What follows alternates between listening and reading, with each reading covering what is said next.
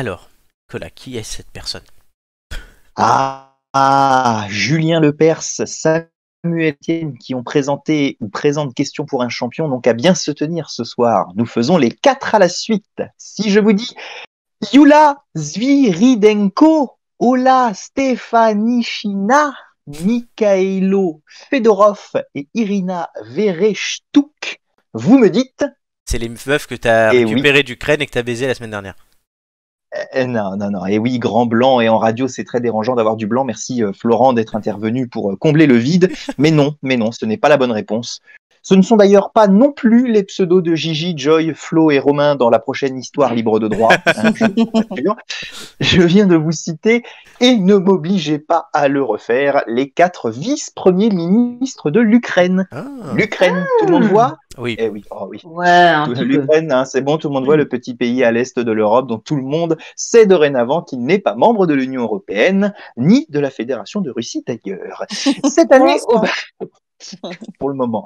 Cette année au bac, ce sera guerre froide en histoire et Europe de l'Est en géographie. Les terminales auront tout gagné comme ça. Bref, revenons à nos moutons et à ce qui est éminemment important. Oui, l'Ukraine a bien 4 vice-premiers ministres et la première d'entre eux, Yulia, ça suffira, a même le titre de première vice-première ministre du développement économique et du commerce.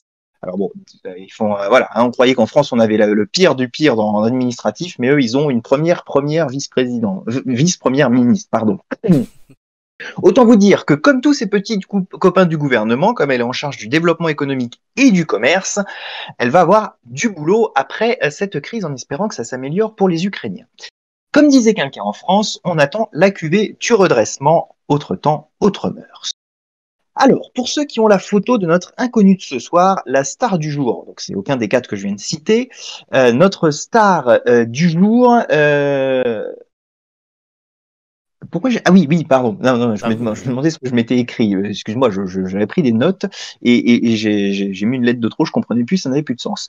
Donc, je vous disais, pour ceux qui ont la photo, non, Denis Chimal, ce n'est pas Yulia qui est un trans. Je crois que ce sujet a déjà été traité dans cette émission. Donc, on est bien en face de Denis Chimal. Schmial.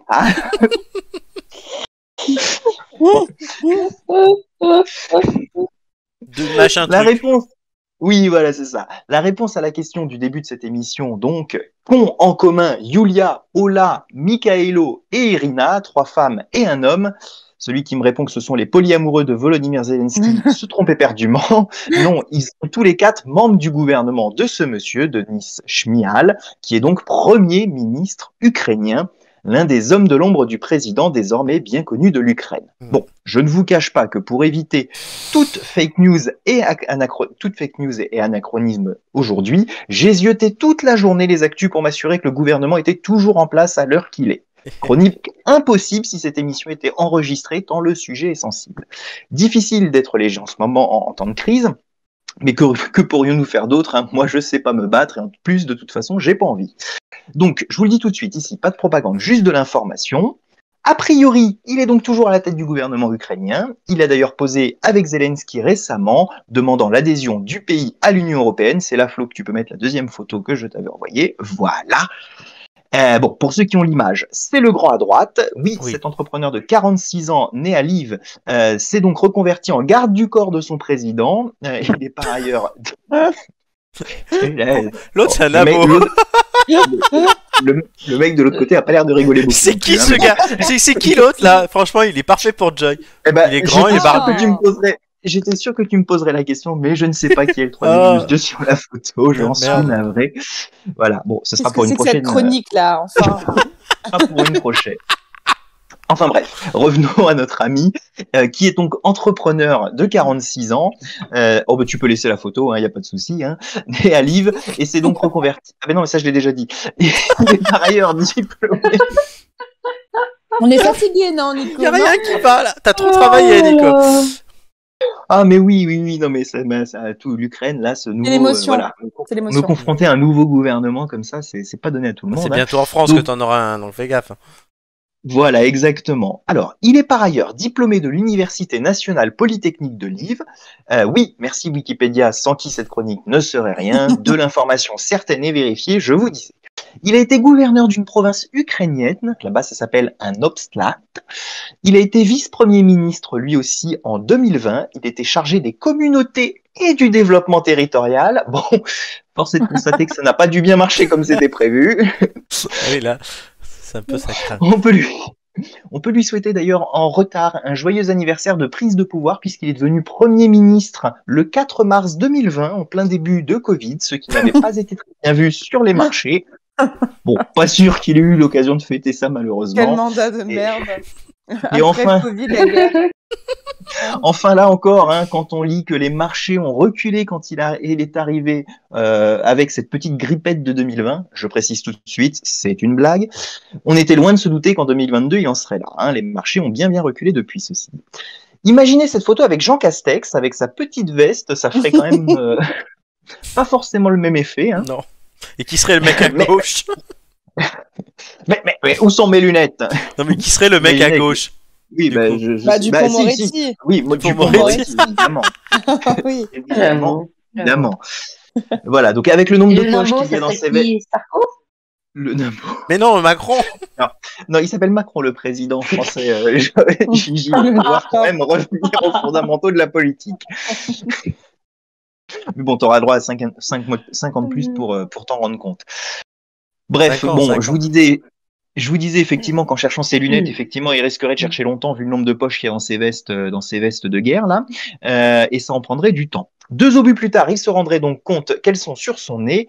Voilou, pour ces donc membres du gouvernement et cette nouvelle personnalité, célèbrement inconnue supplémentaire, l'occasion de parler de ce conflit ukrainien dont on n'entend jamais parler en France, et ça c'est quand même pas normal. Merci pour ce moment. Je suis en train de chercher qui est ce gros monsieur. J'imagine que c'est encore un ministre, hein, parce que oui, ils sont très ministres, mais bon. Ils sont tous ministres, mais que. Yulia, machin. Non, c'est pas Yulia, du coup, puisque c'est une femme.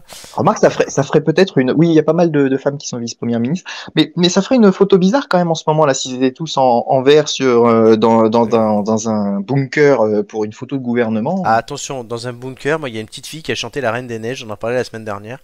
Si vous voulez, je peux même vous la mettre. Oui. Mais oui. Là, je vous la mets. Будь хорошей девочкой для всех, закрой все чувства на замок, навечно отпусти и забудь, что прошло уже не вернуть. Отпусти и забудь, новый день он кажет путь, не боюсь ничего уже. Пусть бы шум ничто. Et j'ai pas trouvé le gros là. Le gros. J'ai cherché tous les ministres, j'ai pas fait.